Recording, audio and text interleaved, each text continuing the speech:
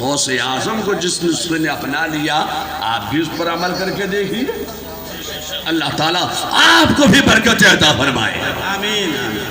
آج آپ کے یہاں اس مسجد کی تعمیر کے سلسلے میں اس نوری کانفرنس کا انعقاد کیا گیا جو مدرسہ نور محمدی مدرسہ نور محمدی کے زیر اہتمام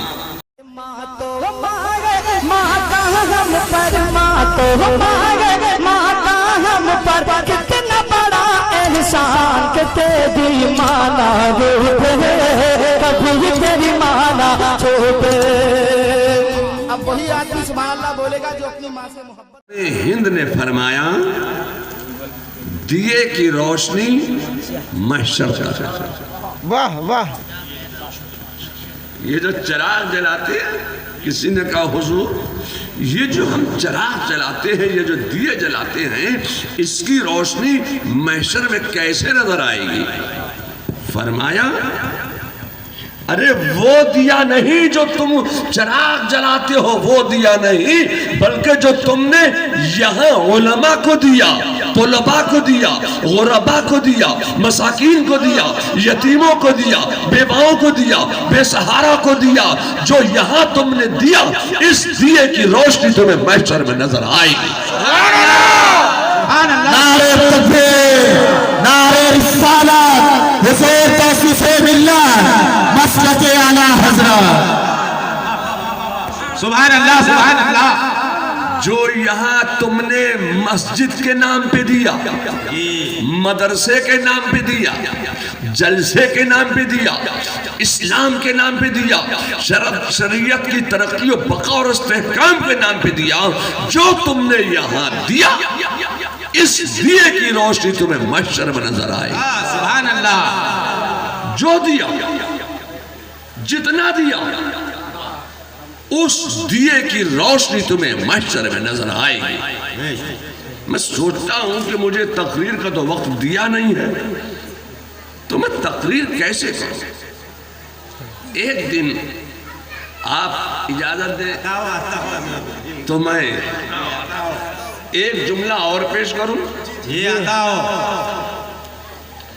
حضور مفتی اعظم ہند ایک دن بیٹھے گھر میں، دروازے پر کسی سائل نے سوال کیا، تھوڑی سی دینے میں دیر ہو گئی، حضرت تشریف فرما تھے، بیٹھے ہیں، بیٹھے بیٹھے فرمایا توے کی جھنکار محشر تک۔ کیا کہا؟ توے کی جھنکار محشر تک۔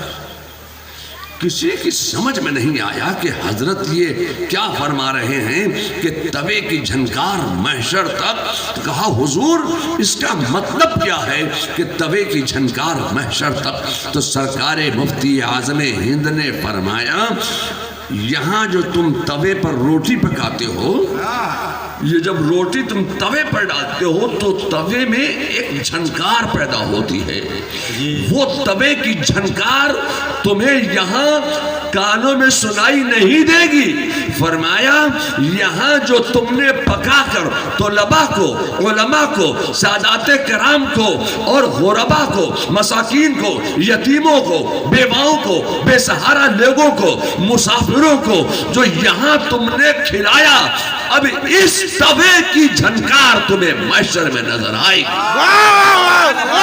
سبحان اللہ سبحان اللہ۔ اس توے کی جھنکار تمہیں محشر میں سنائی دے گی۔ اس لیے میں کہنا چاہتا ہوں کہ علماء کو، طلباء کو، غرباء کو، مساکین کو، یتامہ کو، بیواؤں کو، بے سہارا لوگوں کو کھلاؤ۔ وسعت نہیں تھی تو سیدنا شیخ عبد القادر جیلانی نے ایک دن طے کیا، مہینے میں ایک دن میں رسول اللہ کی امت کو بہترین کھانے کھلاؤں گا۔ مہینے میں ایک دن اس کا انتخاب کیا۔ 11ویں شب کا انہوں نے انتخاب کر لیا کہ صبح 12 ہونے والی ہے، اور 12 کو صبح صادق کے وقت آقائے کائنات مصطفیٰ جان رحمت صلی اللہ علیہ وسلم کی ولادت باسعادت ہوئی ہے تاکہ 12ویں کی برکتیں حاصل ہو جائیں. اس لیے 11ویں شب کا غوث اعظم نے انتخاب کیا اور 11ویں شب کو اپنے شہر بغداد کے تمام مدارس کے طلباء کو، علماء کو، مدرسین کو اور تمام محققین کو اور تمام خواص کو، عوام کو، اصف الخواص کو اور تمام مومنین کو، مسلمین کو، مسلمات کو، تمام رسول اللہ کی تمام امت اجابت کو انہوں نے جمع کیا اور جمع کر کے دسترخوان لگایا، دسترخوان پر کھانے سجائے اور اس پر فاتحہ دی اور فاتحہ دے کر سب کو کھانے کھلائے. سبحان اللہ، سبحان اللہ، سبحان اللہ. پھر اگلے مہینے 11ویں شب کو کیا، پھر اگلے مہینے 11ویں شب کو کیا. چند ہی شب گزری تھی، چند ہی مہینے گزرے تھے کہ غوث اعظم کے پاس اللہ تبارک تعالیٰ نے اتنی دولت کے انبار لگا دیے کہ سیدنا شیخ عبد القادر جیلانی سے بڑا اس وقت عراق میں کوئی بزنس مین نہیں تھا، کوئی تاجر نہیں تھا. اتنے بڑے تاجر ہوئے آپ کہ حضرت سیدنا شیخ عبد القادر جیلانی اب ہر روز رسول اللہ کی امت کو کھانے کھلایا کرتے، روزانہ کھانے کھلایا کرتے.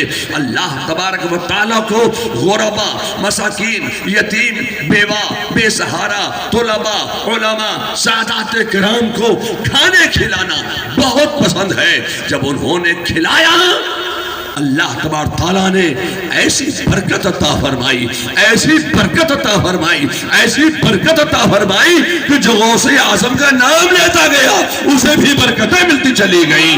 اور آج بھی جو غوث اعظم کا نام لیتا جا رہا ہے اسے بھی برکتیں حاصل ہوتی چلی جا رہی ہیں. نعرہ تکبیر، نعرہ رسالت، مسلک اعلیٰ حضرت فیضان غوث الورا حضور توصیف ملت. پھر حضرت سیدنا شیخ عبد القادر جیلانی نے چاہا کہ میں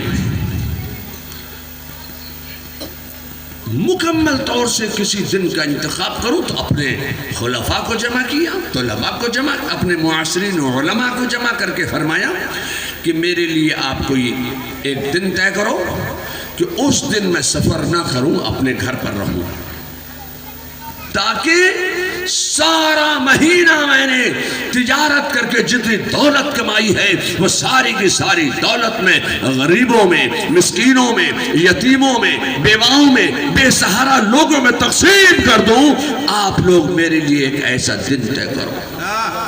تو آپ کے خلفاء نے وہی تاریخی دن طے کیا کہ 10ویں کا دن آنے والی رات 11ویں کی اور اس کے بعد آنے والی صبح 12ویں کی، تاکہ 10ویں کی بھی برکتیں حاصل ہو جائیں، 11ویں کی بھی برکتیں حاصل ہو جائیں اور 12ویں کی بھی برکتیں حاصل ہو جائیں. ایک ایسا تاریخی دن طے کیا گیا. میں آپ سے کہنا چاہتا ہوں کہ یہ مالدار ہونے کا ایسا نسخہ ہے کہ اس نسخے کو غوث اعظم نے اپنایا.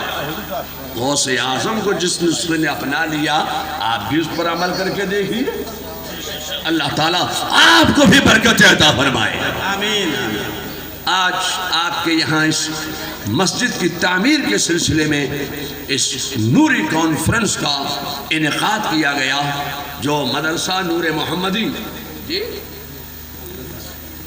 مدرسہ نور محمدی کے زیر اہتمام مسجد شریف کی تعمیر کے لیے. تو میں سوچتا ہوں کہ مسجدیں بنتی ہیں، بنائی جاتی ہیں، تو سب سے پہلے مسجد کس نے بنائی؟ آج ہم مسجدیں بنا رہے ہیں، سب سے پہلے مسجد کب بنی، کہاں بنی، کس نے بنائی؟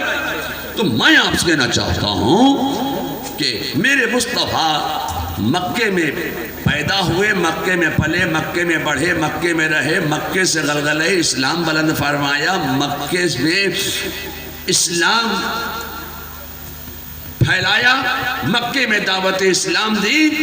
مکے سے لوگوں نے اتنے ظلم و ستم کیے کہ اللہ کا حکم آ گیا کہ ہجرت فرمائیے۔ میرے مصطفیٰ نے اپنے وطن سے ہجرت فرمائی۔ کہاں جا رہے ہیں؟ یثرب کی سرزمین پر جا رہے ہیں۔ وہ یثرب جو بیماریوں کا گھر تھا، میرے مصطفیٰ کا قدم ناز پڑ گیا۔ اب یثرب یثرب نہ رہا، یثرب کی تقدیر کو بدل دیا۔